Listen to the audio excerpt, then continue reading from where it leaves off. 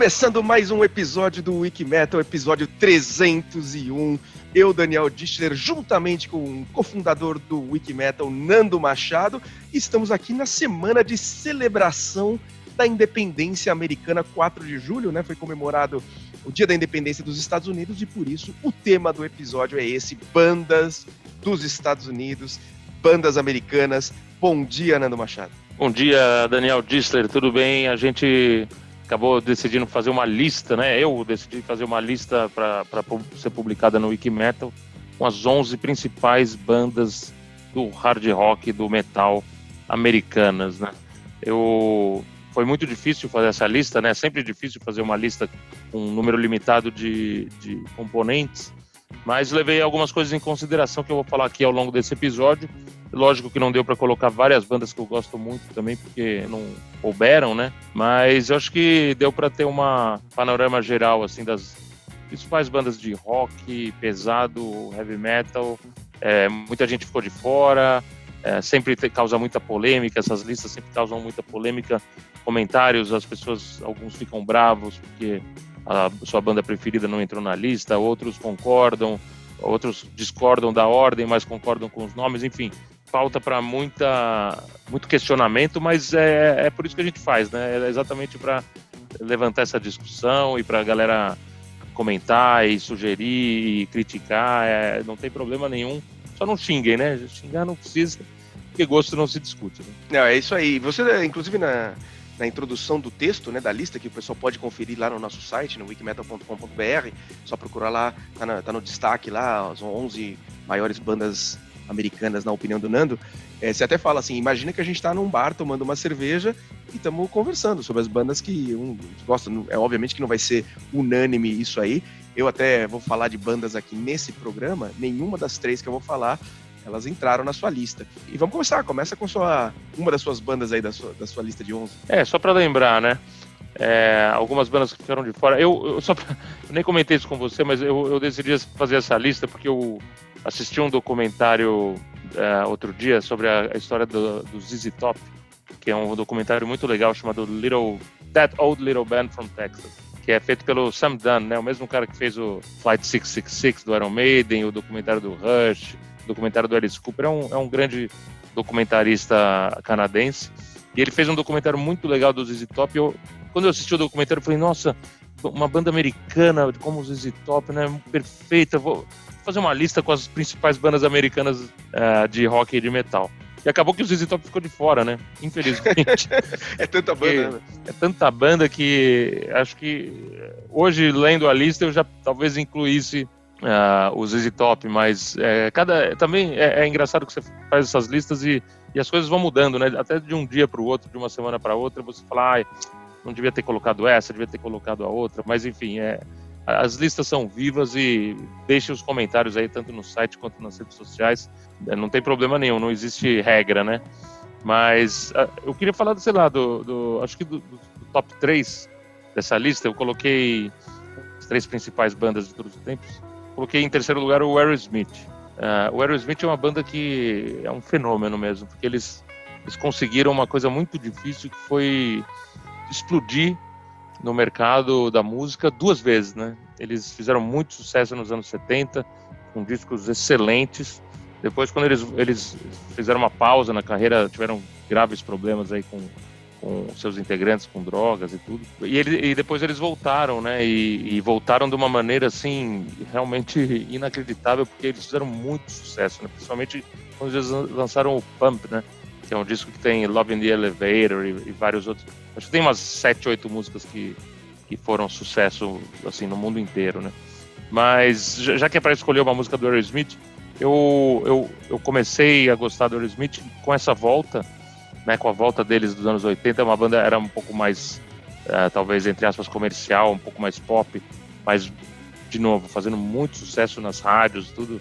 O momento era propício também para bandas como eles, né, bandas de hard rock tocavam muito no rádio, mas eu depois acabei conhecendo mais o som do começo da carreira deles e realmente inacreditável. Eles eram um Rolling Stones mais adrenalina, né? Com pedal de distorção, com mais drive, né? Era um Rolling Stones acelerado e com um front bem parecido, né? Ou tinha aquela... não só o Steven Tyler lembrava o Mick Jagger, mas o próprio Joe Perry, né? O guitarrista lembrava um pouco Keith Richards, né? Aquela coisa de dupla, né? Vocalista-guitarrista, que eles faziam muito bem, né? Ao vivo. Eles eram conhecidos como Toxic Twins, né? Os gêmeos tóxicos, né? Muito bacana. E a gente viu o Aerosmith recente agora lá no São Paulo Trip, né? No Parque Antártica. Banda em forma, assim, ainda. Em forma e inacreditável. Eu considero o Steven Tyler, talvez junto com o Glenn Hughes, que foi baixista do Deep Purple, mas que teve uma carreira solo longa aí depois, que hoje está no Dead Daisies, né?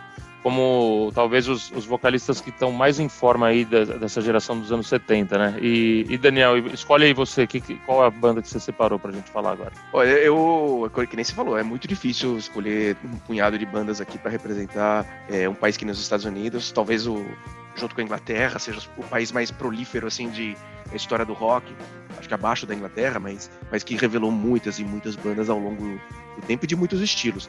Essa banda que eu vou falar, ela sem dúvida tá no topo das minhas preferidas, das bandas que eu mais ouvi na minha vida, que é o Queensryche, né?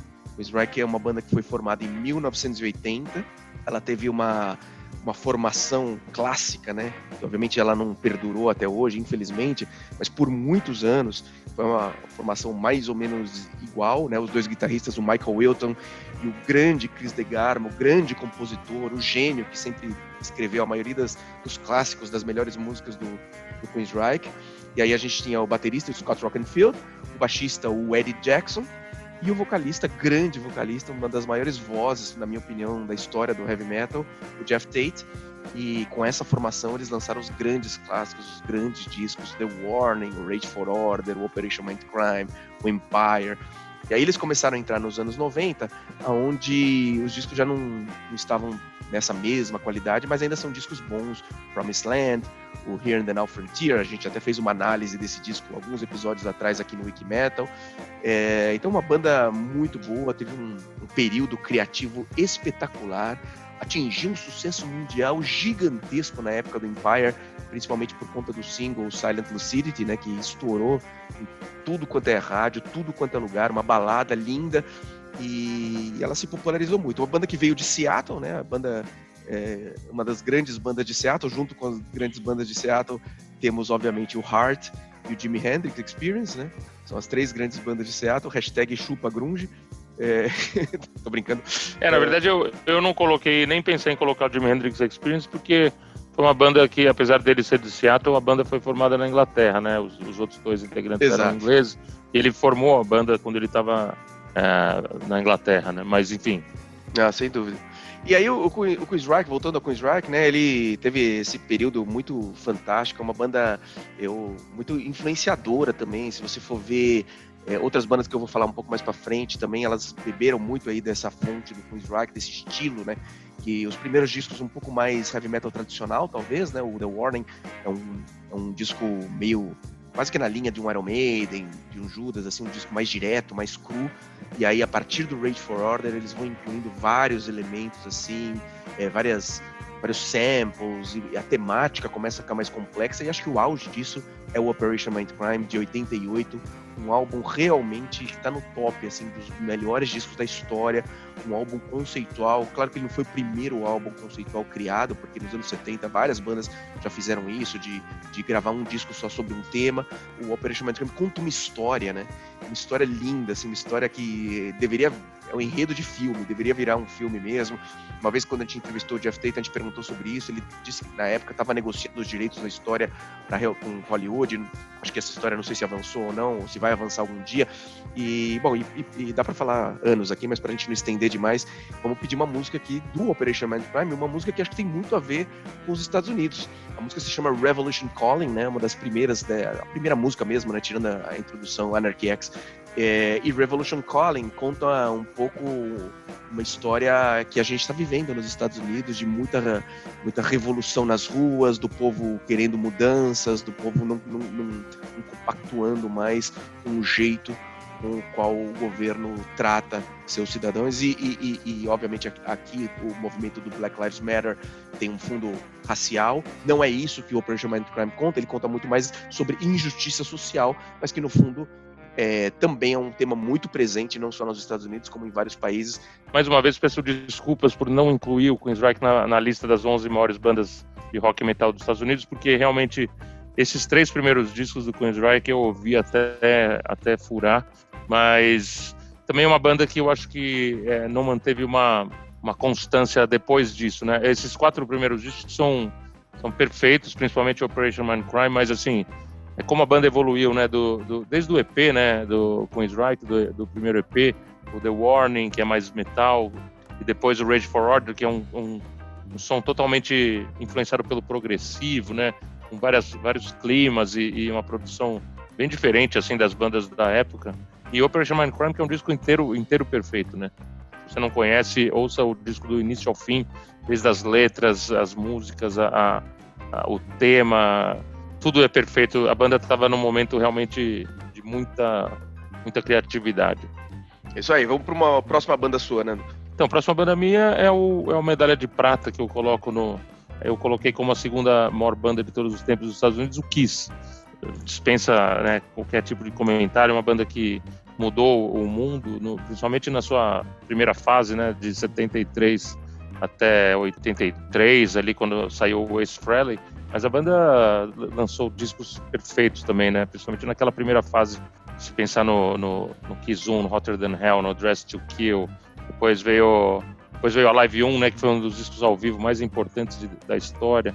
O Kiss, eles mudaram a maneira das pessoas irem assistir shows de rock, né? Os shows de rock viraram realmente um grande espetáculo pirotécnico, gente voando, guitarra voando, Gene Simmons cuspindo sangue, cuspindo fogo, aquela coisa show do Kiss, né? Quem já foi sabe do que eu tô falando. E eu acho que musicalmente eles tiveram realmente esse auge até talvez o Creatures of the Night, mas tiveram também algumas baixas, né? Acho que discos como Dynasty, o Unmasked, eu acho que são discos irregulares, mas nada tira deles o mérito de ter feito os discos como Rock and Roll Over, o Destroyer, o Love Gun, o Creatures of the Night, é um disco perfeito. E aí acabaram tirando a maquiagem, né? Eles tinham essa coisa muito legal que a gente ainda pegou o finalzinho, que era de ninguém saber quem eram os membros do Kiss, né? De terem suas identidades secretas. Isso funcionou durante muitos anos. Hoje em dia, acho que seria impossível ter uma banda como o Kiss, né? Que ninguém soubesse como é a cara dos seus integrantes, mas funcionou durante muitos anos e realmente existia essa mega curiosidade de como são os caras do Kiss. As pessoas iam pro aeroporto quando eles estavam chegando no país para fazer show. E eu acho que o Kiss, principalmente para os brasileiros, ele realmente mudou a vida de muitos adolescentes naquele primeiro ano de 1983, quando eles vieram para o Brasil. Eu tenho uma história engraçada que eu fui nesse show com minha mãe, com meu irmão, Felipe Machado, que é guitarrista do Viper, com o Pete Passarel e o Ives Passarel. Minha mãe arrumou os ingressos, a gente foi assistir, que a gente era fanático pelo Kiss. E eu era o mais novo, eu tinha 9 para 10 anos. E aí, na hora de entrar no show, um policial me barrou, não deixou entrar, e acabamos perdendo o show. O Pete e o Ives acabaram entrando, eles ficaram, que eles já tinham 14, 15 anos, ficaram lá no Morumbi. E eu, meu irmão e minha mãe fomos comer uma pizza no Michelúcio da Consolação.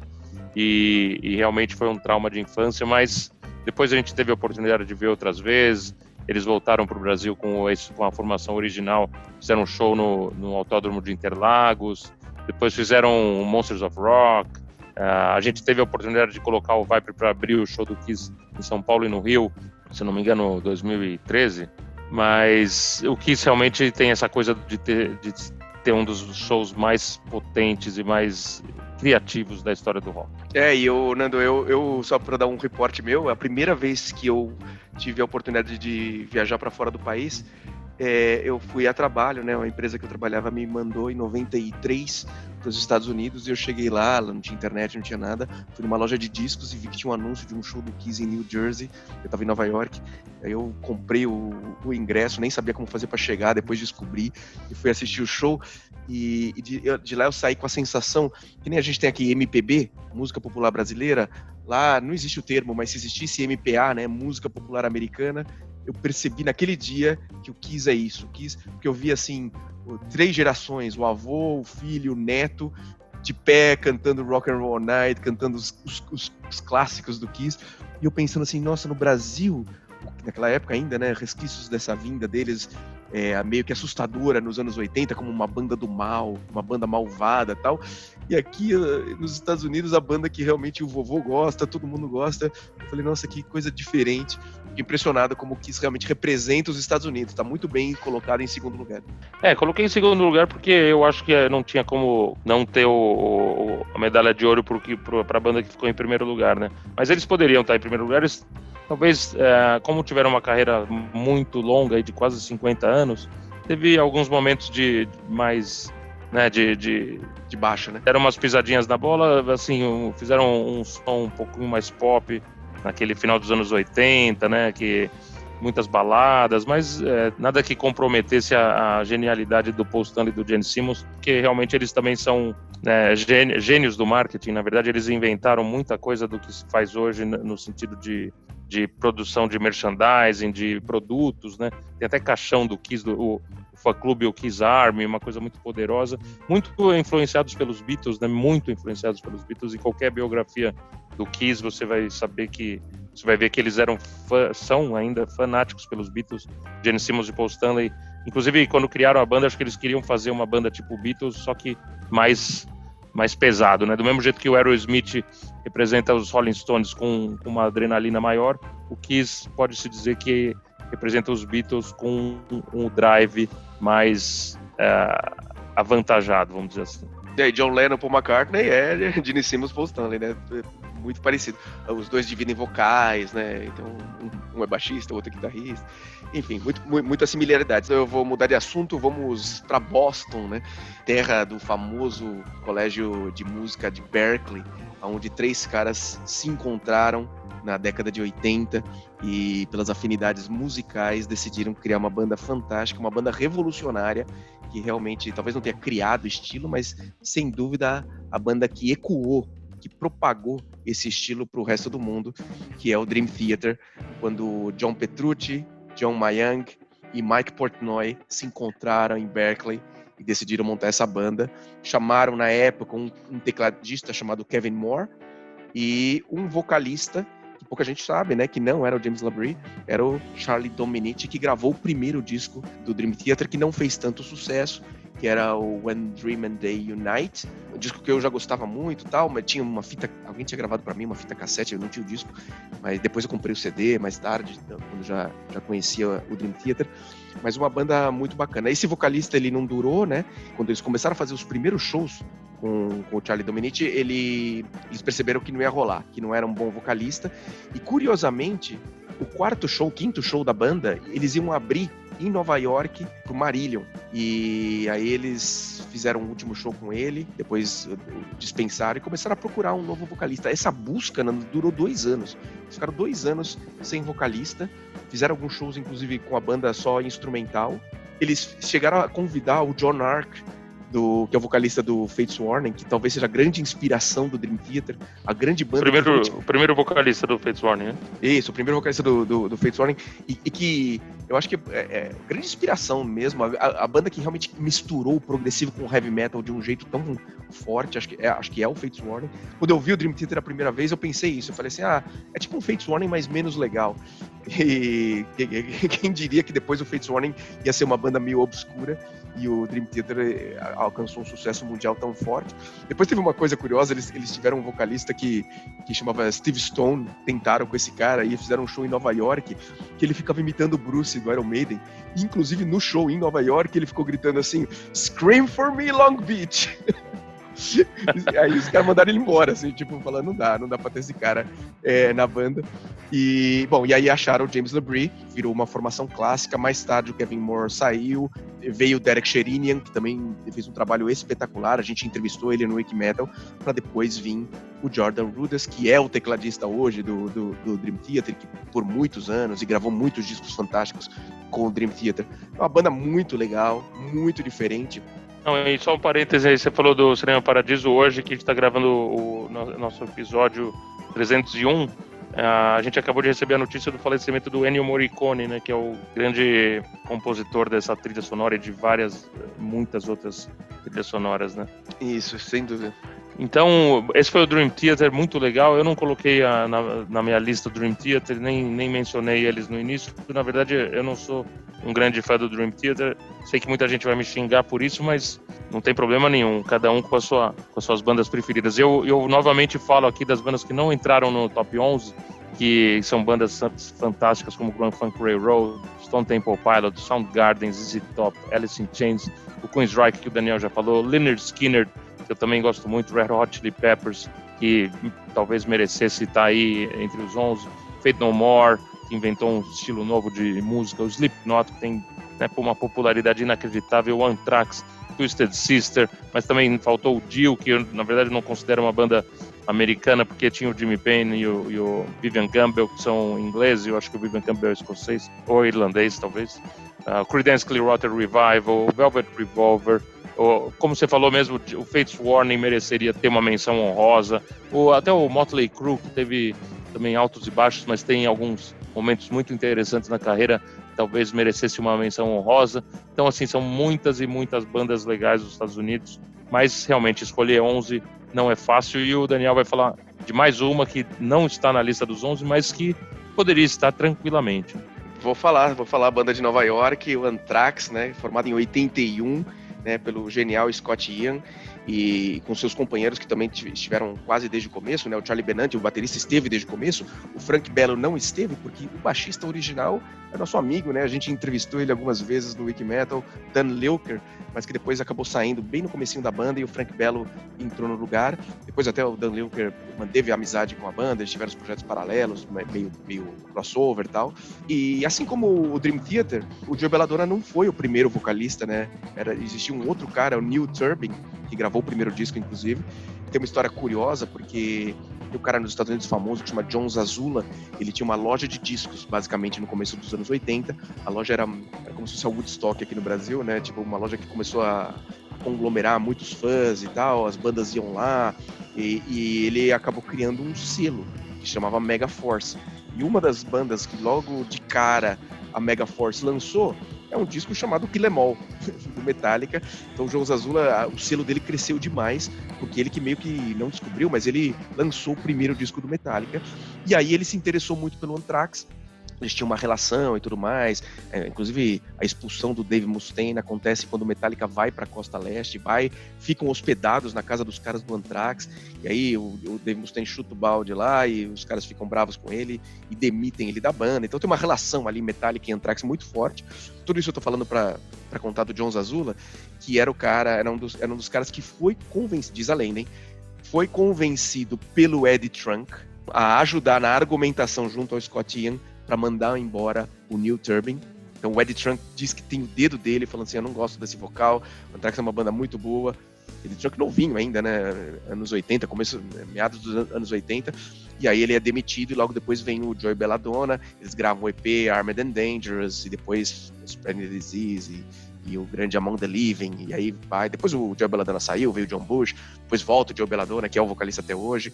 Mas é uma história muito, muito legal. E a gente já se estendeu muito, né, Nando? Então eu vou pedir já uma música aqui do Anthrax, que também, para comemorar o Dia da Independência dos Estados Unidos, acho que nada melhor do que a gente falar do massacre que os americanos fizeram, dizimando completamente a população nativa, a população indígena. Não sobrou nada, não sobrou ninguém. Diferente de outros lugares, até como no Brasil, ou na Austrália, no Canadá, onde os nativos da terra, né? No Canadá são os Inuits, né? Que são chamados erradamente de esquimós, mas são quem era dono da terra.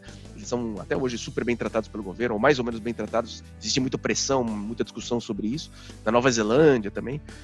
Nos Estados Unidos não sobrou ninguém para contar a história, né? Porque eles foram dizimados. E o Anthrax conta bem essa história num clássico lindo chamado Indians. Grande música do disco Among the Living, um dos discos mais importantes da história do metal de todos os tempos, ainda mais falando de bandas americanas, né? O Anthrax realmente mudou o som das bandas. Eles foram uma das primeiras bandas a misturar rap com metal, com aquela parceria do Public Enemy no I Am The Man. É uma banda que muito, muito importante, realmente fez parte do Big Four. Eles mereceriam estar nessa lista também. A lista, se a gente fizesse uma lista das 20 melhores bandas, com certeza o Anthrax estaria.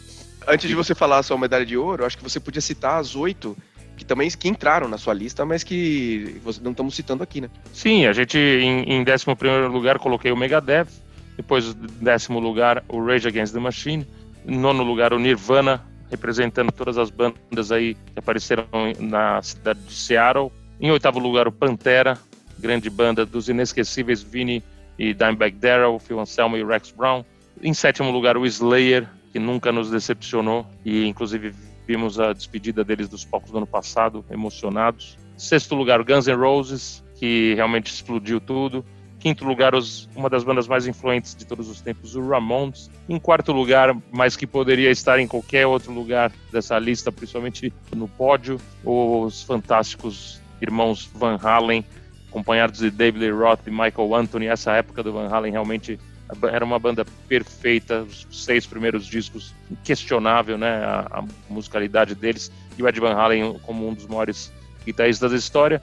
E mais uma vez o pódio foi formado por medalha de bronze Aerosmith, medalha de prata o Kiss, e agora com a medalha de ouro, como não poderia deixar de ser, a banda, para mim, mais importante dos Estados Unidos em todos os tempos, são os californianos do Metallica. O que você acha disso, Daniel?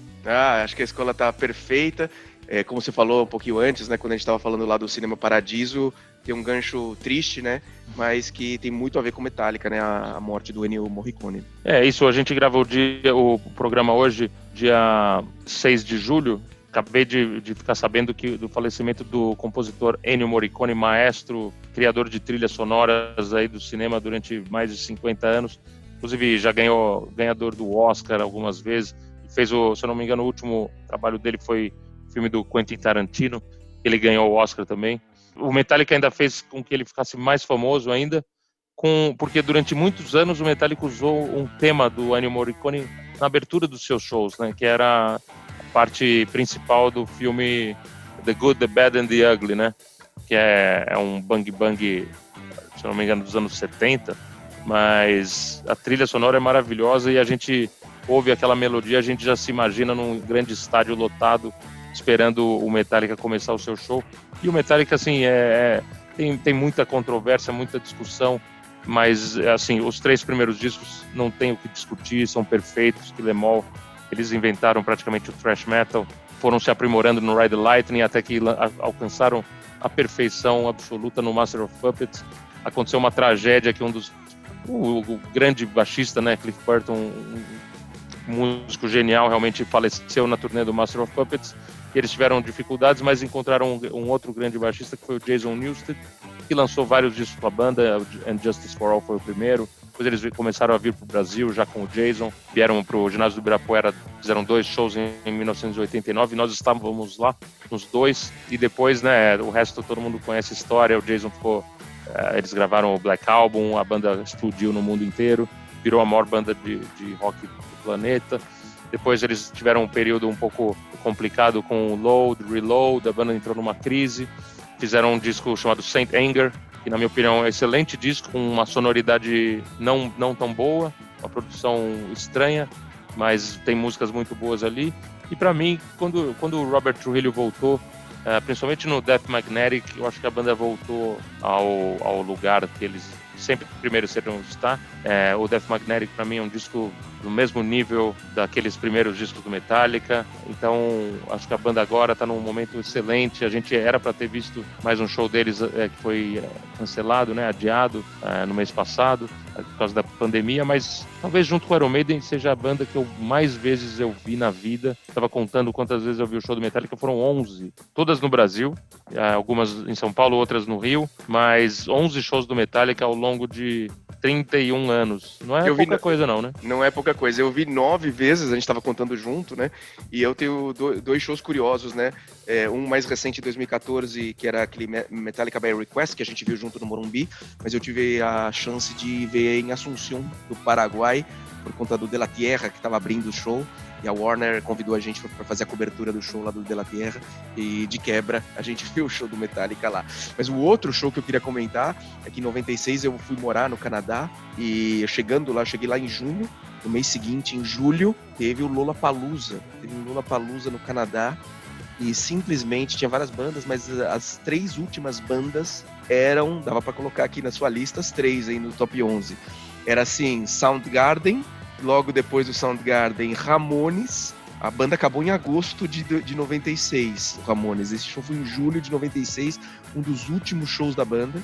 E depois Metallica. Soundgarden, Ramones e Metallica foi esse dia. Inesquecível. Caramba, que belo line-up esse, hein? Soundgarden no começo da carreira, Ramones no fim da carreira e Metallica no auge da carreira. Muito legal. Esse show deve ter sido inacreditável. Bom, acho que é isso, né? A gente até fez um programa bem longo, eu acho. A gente passeou aí pelo que dava, né? Tem tanta banda dos Estados Unidos, realmente é um programa que, de repente, daqui a alguns meses a gente pode fazer uma parte 2 e falar de outras bandas, que tem muita história para contar.